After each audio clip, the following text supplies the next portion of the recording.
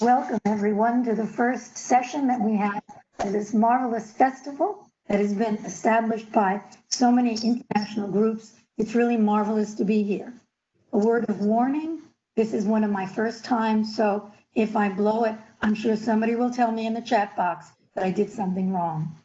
We're asking that everyone mute their microphones and also stop their video in order to have the smoothest production that we can. Thank you.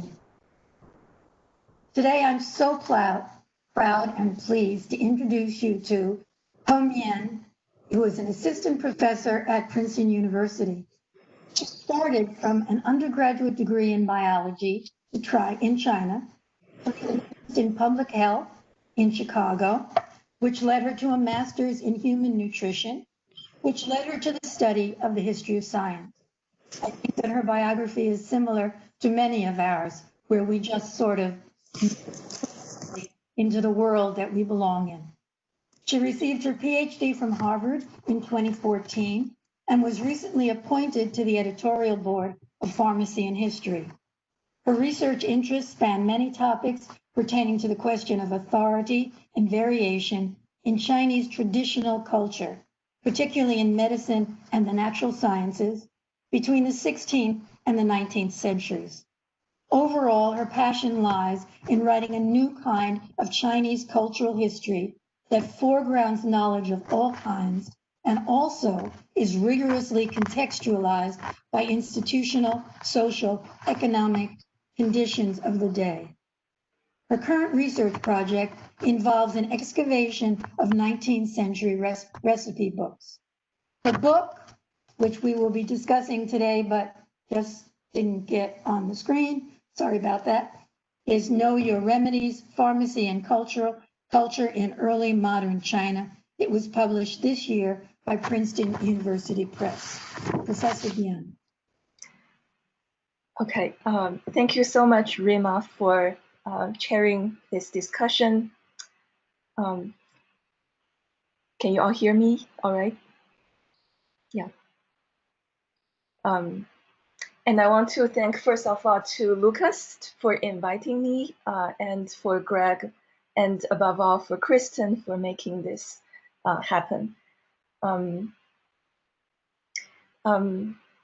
want to say that it's been a great honor to speak about my book at this venue, since many of the questions that motivated my research on this book was inspired by research published by this very institute when I was pondering this question of what does a history of Chinese medicine look like if we turn it to a pharmacy-centered perspective. So let me start sharing my slides.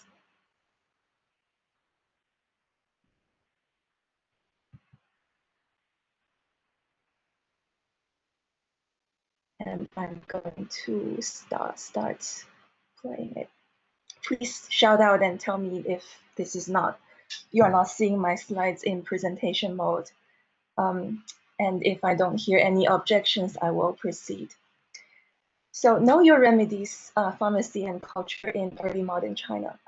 This book came out this past spring, which now feels like a very long time ago.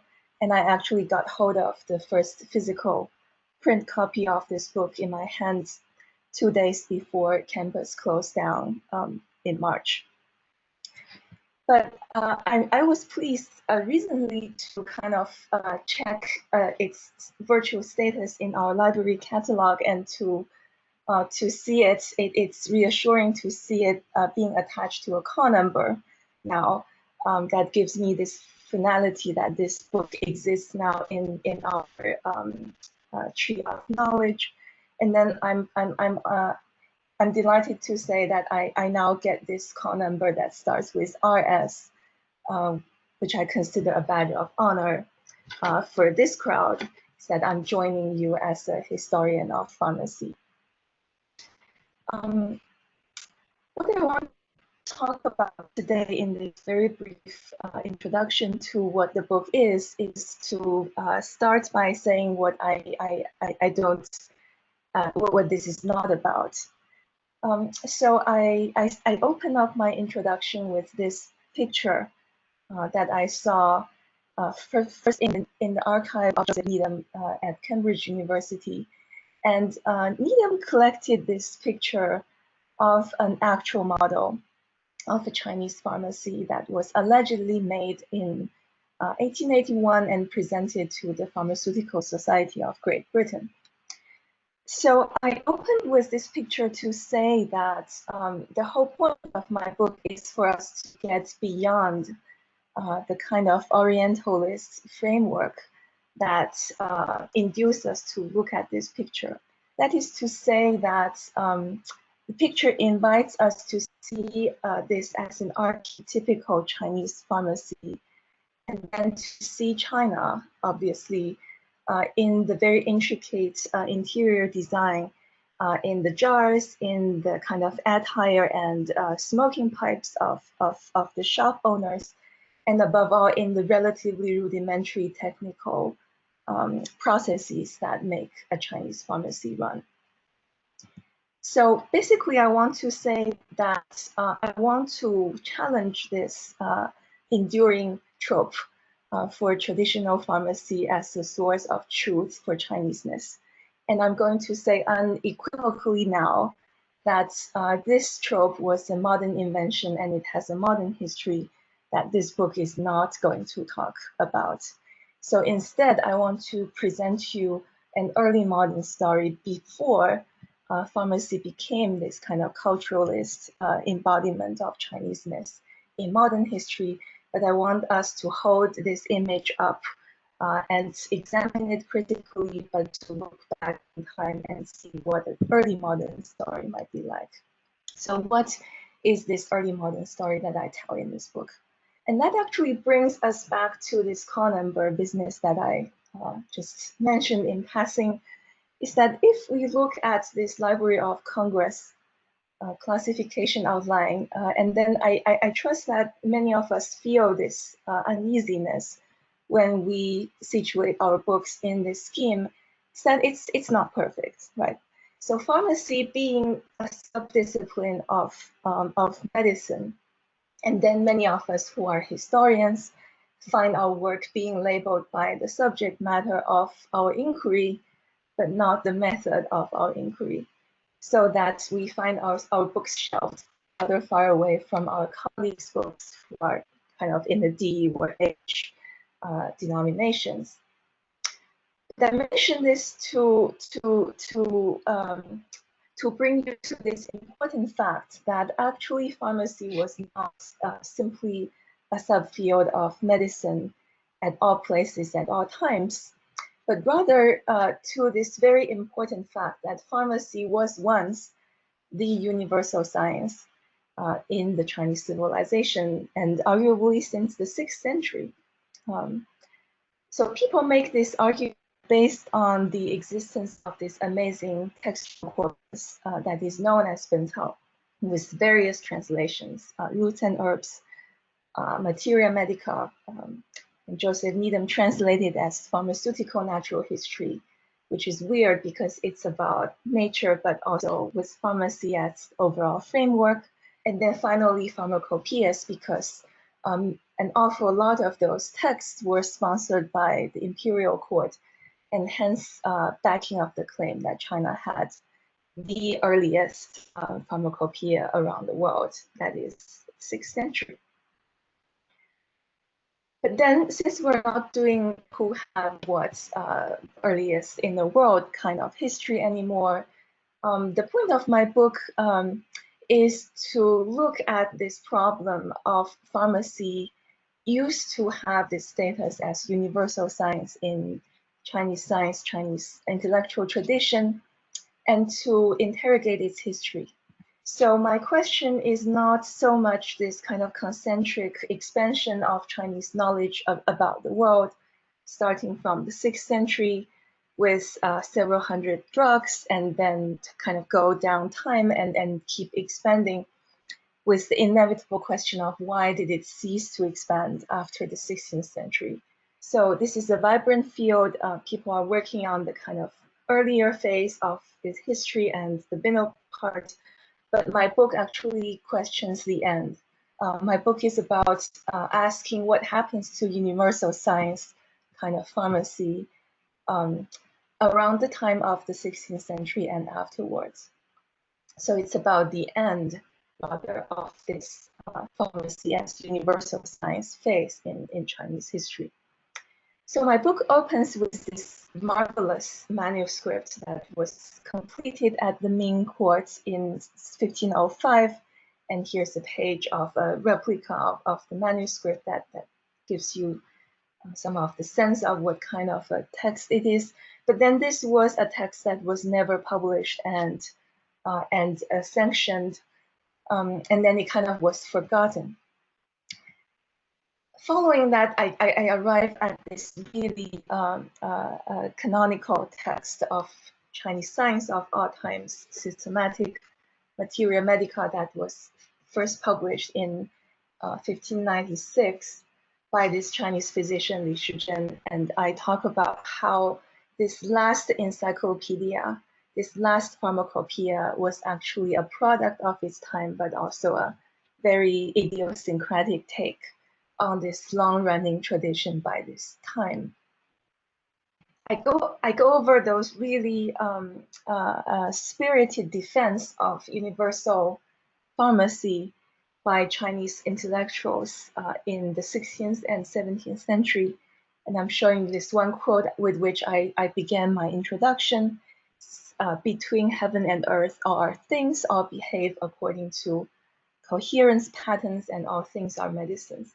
So this actually fuses nicely into our discussion just now about what is a drug, what constituted medicine. The point about the historical specificity of such notions that delineates pharmacy. And I'm showing you that here we have a moment where this very confident assertion of what I'm calling universal pharmaceutical objecthood in, note the dates, mid of 17th century, kind of went through a dramatic change in the century that follows, in the sense that we see by the time of early 18th century, here's another imperially commissioned 10,000 chapter encyclopedia, and where is pharmacy in this new articulation of the Chinese tree of knowledge? So we look through, it goes from heaven to earth to human relationships, and then to the so-called erudition of things. But there we see that the subject matter of medicine, and then specifically this accumulated knowledge about pharmaceutical natural history, if you will, went through this very aggressive demedicalization process, in that Bentao was no longer recognized as a subject about pharmacy, but instead 18th century scholars and political authorities were pushing for a different sort of demedicalized vision of science about plants and animals. They were seen as plants and animals, but no longer primarily as drugs. And so my point to show you this Chinese tree of knowledge in 18th century is to bring you to the comparative move, is that this actually is not so dissimilar from the Library of Congress system that I showed you at the beginning of my talk, right? So medicine was no longer this universal science that encompasses humanities, but then was specialized as arts, occupations, and professions. And then pharmacy not being this umbrella field to understand all things in the world, but then they were a subgroup of the vegetable and animal kingdoms, which specialists make use of. So the book arrives at this point, right? The book begins with this universal pharmaceutical objecthood and arrives at this status very different, I argue, with pharmacy as a subfield of medicine and a specialized kind of pharmaceutical objecthood.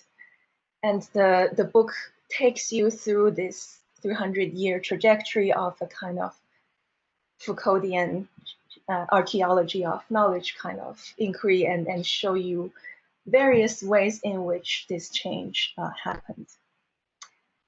Now, one very easy and kind of banal way of explaining this, right, is of course the argument of political history is dynastic change.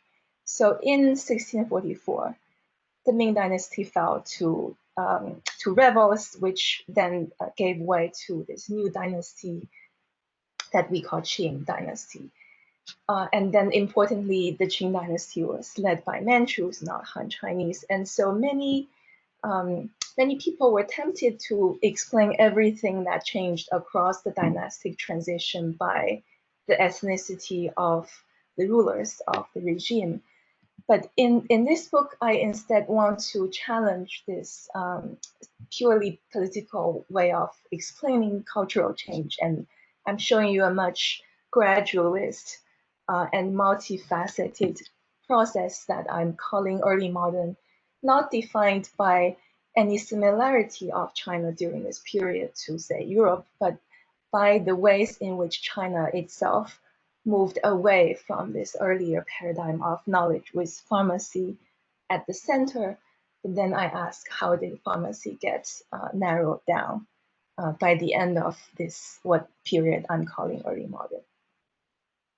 Now, I want to use maybe 4 or 5 minutes to give you some specific peek into the book is as I seek to explain how did pharmacy change from universal to specialized science across the Ming-Qing transition, but I'm not trying to use the political change to explain the changing paradigms of science. And I offer many ways of understanding this change in the book. But one of them that I want to just give you a snapshot of now is the question of division of labor and the rising value, the valuation of things, not in the space of court-sponsored science or literary discourse, but in the space of the marketplace and the shop.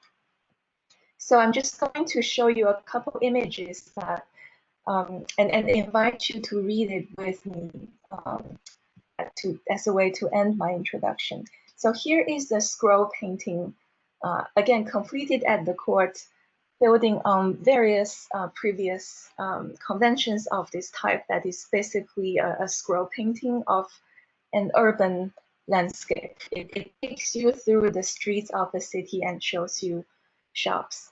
So in my book, I learned to read this kind of visual evidence by zooming in at this one pharmacy shop that we find in an early 18th century painting. And you can see how there are the artisans cutting roots and customers getting their drugs packaged, but also the cart where people were unloading goods from this hand-pushed cart, and then the things were going into this shop. So the sign says, "We carry authentic medicine." I'm also avoiding this translation of drugs because I don't think that's what it says from Chuan and Guang. So what is it trying to say in this sign? It is trying to signal to you that this landscape, which represents in all likelihood a city in the southeast where it's most populated and culturally sophisticated, urbanized region, if you will, in early modern China, that they were shipping to you authentic drugs produced in the western frontier of China and also in the subtropical and tropical region, what they call Guang, and it's a shifting target. But nevertheless, I want to bring you to this fact that this painting is signaling that long distance trade, trans-regional trade, now became a source for authenticity in the representation of itself by a pharmacy. And here is another example of the 18th century. It says, "We carry ginseng for wholesale." And by this point, ginseng mostly came from Manchuria and in a lot of cases imported from Korea. And then miscellaneous merchandise from all these western and southern provinces of of the empire. And then some of you will know that this was also the time when the Qing Empire was actively expanding its presence into those frontier regions. So what I mean to say here by showing you those pictures is that one of the reasons I argue why pharmacy ceased to be this universal science by 18th century is the rise of a kind of new source for pharmaceutical truth that was different from before. It's a kind of center places for transregional trade. I call the market towns, marketplace, and the shop that proudly features its connection to those nodes of long distance trade. And so we see this new kind of assertion of cultural value from this word source-based authenticity, 道地, with actually very little oversight from public authorities. And then correspondingly, we see in the textual archive where consumer experience precedes literary discourse rather than the other way around. So books are trying to catch up with the latest developments of the marketplace. And this is a point where I end my book with. In other words, I want to encourage you to think about the tension between textuality, that is this very long-standing archive of Chinese science across imperial times, versus the very compelling materiality that was the foundation for running any Chinese pharmacy today, as being in tension. They are not naturally reinforcing one another. Rather, we have this, what you might call materiality challenging the claims made in earlier texts. And then they don't see eye to eye. And I think it's precisely the tension that is interesting and I would argue crucial for us to have a better understanding of this modern history of how pharmacy became a source for Chineseness. And I'm kind of pushing back against it with my book. And my hope is after reading this book, you will be invited to see Chinese pharmacy not as this ahistorical embodiment for a culture, but actually a product of a peculiar regime of truth with many early modern characteristics. Okay, so this is the end of my presentation here, and I thank all of you for coming today and hearing me. I'm going to stop sharing my screen, and I think I'm back to the room. So, thank you. Thank you very much for your insightful presentation. We have a couple of questions here. First, in the chat box, given that the early model poses that everything is medicine, how does this model analyze this? I'm going to give a page to my friend and I think colleague of David at SUNY Buffalo. So Professor Yan Liu is completing a book on exactly that topic. And I'm just going to say that poisons were folded into this schema, this universal schema from the very beginning, with the caveat that there is a hierarchical vision for non-poisonous drugs to be considered the best. And then for poisonous drugs, but also there is this fluid notion between poison and potency. So that this string of thinking about potency actually was earlier than the kind of harmful, purely negative notion of poison back in the early medieval period. So in my book, I'm just kind of touching on the tradition as the early modern embodiment, which is there is this trend for the shop owners to process the drugs to reduce the poisonous, to reduce its toxicity, and you can understand why they do that. They don't want to get into trouble, right? So, but I invite you to check that out. It's a very interesting I think, feature of the Chinese medical tradition in this way. Yeah.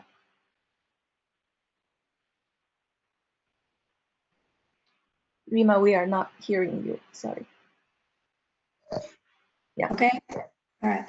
Your thoughts about materiality and consumer experience preceding capture by textual sources are very interesting to me. Mm-hmm. Mm-hmm. You turn the theories of the new materialism, Mm-hmm. the theories of new Right. materialism, sorry, in order to think about that, could you talk about the theoretical frameworks that you use in your book? And if I could add to that, I read the book and found it very interesting. I noticed that one of the theories that you're using is a history of print culture. So could you add that into your answer, please? Great. Materiality. I started this project thinking to change the story from medical theory centered to pharmacy centered. It's obviously influenced by this new materialism in social science and history writing in general. But I think what I ended up finding is not a simplistic critique from the material, but instead this production of a kind of binary in the Chinese case, of a split between textuality and materiality that did not used to exist, say, prior to the early modern period. So I think that the Chinese discourse about what constitutes an object and what constitutes a pharmaceutical object can contribute, in fact, to this broader theory discussion on objecthood and materiality. And I think the book is by all means open to this kind of exchange. So I'll just leave it at that, but thank you for this question. On the question of print culture, this is how the kind of discussion of text as a material object kind of informs my reading of those artifacts, right? Is that I think all too often the Bentao corpus has been read by the kind of abstracted, disembodied content. How many drugs does it explain, and is it more or less than, say, the best natural history compendium of Germany in 16th century? But my approach to them is to look at them as printed products of 16th century, when it was a time of a tremendous growth of print culture. But rather than seeing print itself as the agent of change, I'm trying to frame the availability of print. I'm talking about woodblock prints most often, as xylographical printing, not movable type.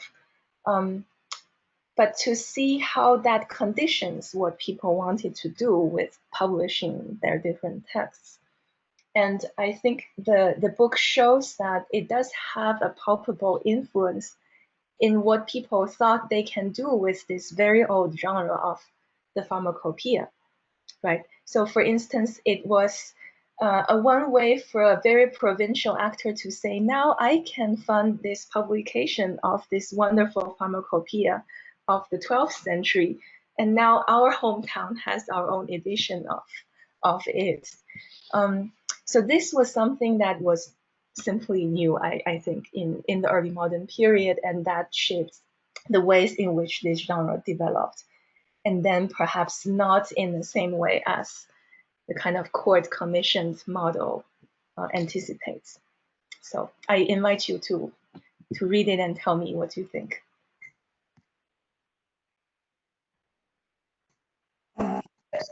Okay, we have time for one more question. Mm-hmm. Give a definition of pharmaceutical objecthood. What is this analytical category allowing us to see better? Right.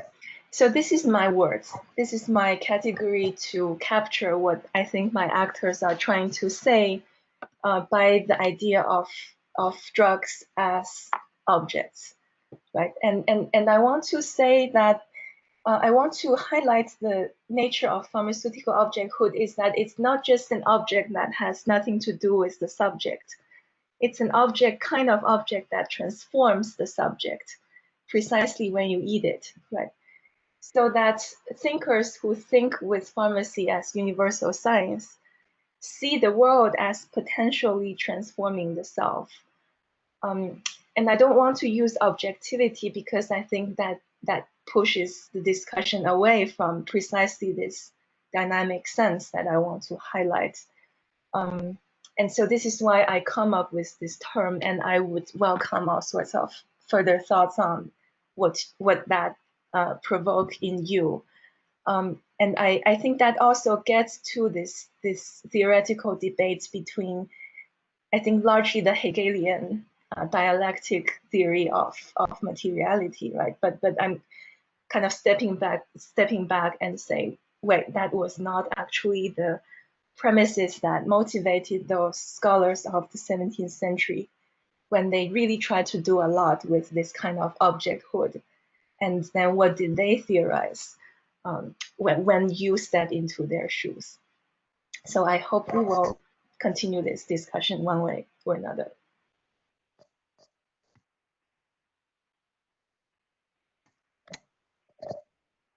Thank you very much, Bian. I can tell from the chat box that you have gotten a lot of thanks from many people, and a lot of people are looking forward to reading your book.